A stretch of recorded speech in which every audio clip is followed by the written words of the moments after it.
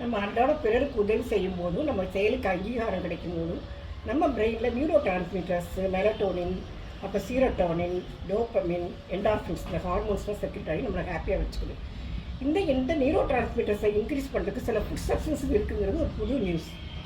ஏன்னா நம்ம கொய்யாப்பழத்தை எடுத்துகிட்டா அதில் விட்டமின் சி இருக்குது. அதை தவிர இதில் வந்து மெக்னீஷியம் கண்டென்ட் இருக்குது. இந்த மெக்னீஷியம் கண்டென்ட் வந்து ஒரு ஸ்ட்ரெஸ் ரிலீஸிங் சப்ஸ்டன்ஸு. நம்ம மசில்ஸையும் நம்ம நர்வ்ஸையும் நம்ம ஸ்ட்ரெஸ்ஸாக இருக்கும்போது தளர்வு கொடுக்கும் மூலமாக இந்த கார்டிசால் ஹார்மோன்ஸை ஆக்மெண்ட் பண்ணி நம்ம மென்டல் டென்ஷனை இது குறைக்குது. ரெண்டாவது காமனாக இருக்கக்கூடிய ஃபுட் சப்ஸ்டன்ஸ் வந்து பனானா. இதில் வந்து ட்ரிப்டோஃபேன் அப்படிங்கிற ஒரு அமினோ ஆசிட்ஸ் இருக்குது. இந்த எசென்ஷியல் அமினோ ஆசிட்ஸ் வந்து சீரோட்டோனின் மெலட்டோனின் இந்த 2 நியூரோ டிரான்ஸ்மிட்டர்ஸுக்கும் முன்னோடியாக பயன்படுது. அதனால் இதுவும் ஒரு ஸ்ட்ரெஸ் ரிலீஸிங் ஃபுட் சப்ஸ்டன்ஸ். மூணாவது முக்கியமானது வந்து டர்மரிக்.